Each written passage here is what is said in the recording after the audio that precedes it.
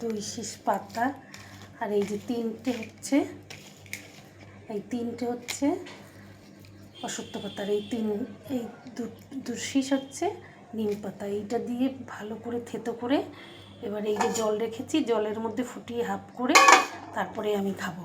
ওরা দিয়ে থেতো করছি, এই থেতো করে জলের মধ্যে এবারে থেতো হয়ে গেল, এই যে জলের মধ্যে দিয়ে দিলাম। এবারে এটাকে ফুটিয়ে গ্যাসটা জ্বালিয়ে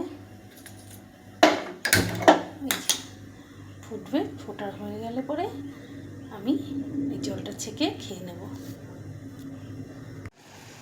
এই যে দেখুন ফুটে পুরো অর্ধেকটা হয়ে গেছে, এবারে আমি ছেঁকে নেব।